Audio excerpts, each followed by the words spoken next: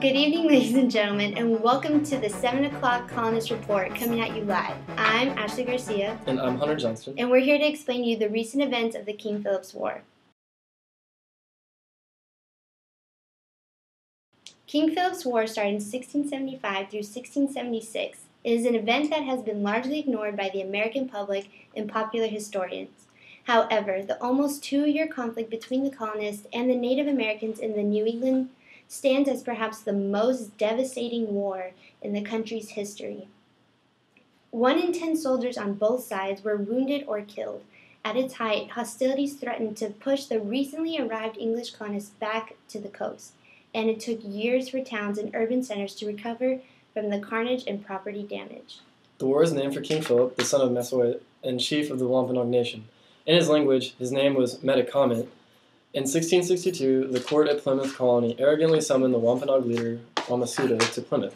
Major Josiah Winslow, later colonial, and a small force took Wamasuda, Philip's brother, at gunpoint. Soon after questioning, Wamasuda sickened and died, and his death infuriated the Wampanoag Nation.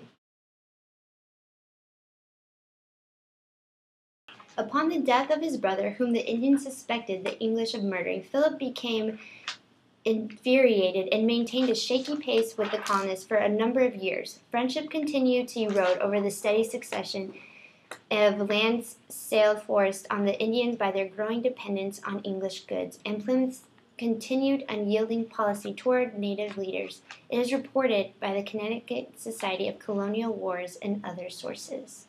Suspicions of the Indians remained, and in 1671, the colonists questioned Philip, fined him, and demanded the Wampanoag surrender their arms, which they did. In January 1675, the Indian John Sassaman died at a swampset pond about 15 miles north, present-day New Bedford. Sassaman was literate and a Christian convert. He may have been acting as an informer to the English and was murdered, probably at Philip's instigation. Increased Mather, writing after the war, suggested he was killed out of hatred for him or for his religion, for he was Christianized and baptized and was a preacher amongst the Indians, and was wont to curb those Indians that knew that God on the account of their debaucheries. Events moved quickly, and on June 8th, Sassaman's alleged murderers were tried and executed at Plymouth. 3 days later, Wampanoags were reported to have taken up arms near Swansea, about 15 miles from Providence. By the mid-17th century, settlements had been established throughout southeast Massachusetts. Through there were many events that led to the war. The attack on the settlement on the banks of the Chimiquit River may have been attributed to the growing perception that Indian land had been increasingly encroached upon the settlers, leaving cornfields overrun by settlers, livestock and traditional hunting grounds inaccessible. In fact, since the arrival of the English at Plymouth Rock in 1620, land under native control had been reduced from all of southern Massachusetts to merely the area of the Mount Hope Peninsula.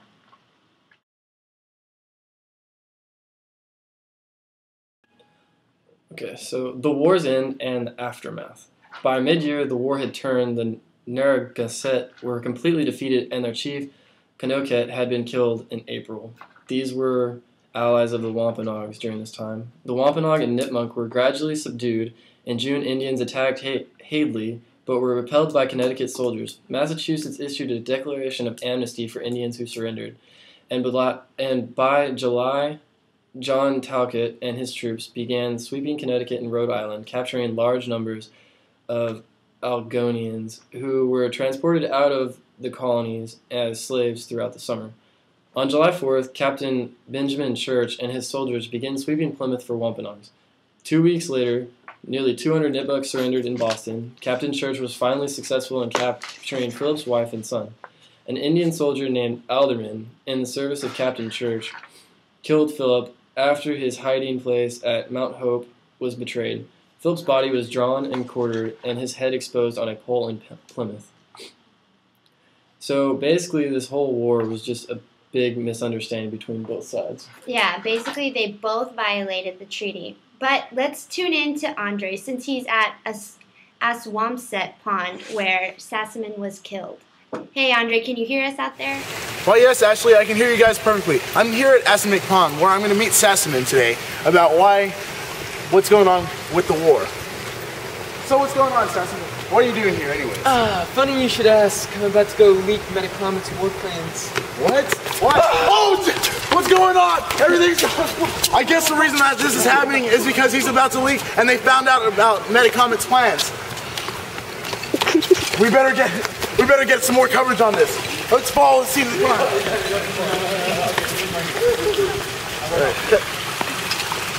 And there you have it.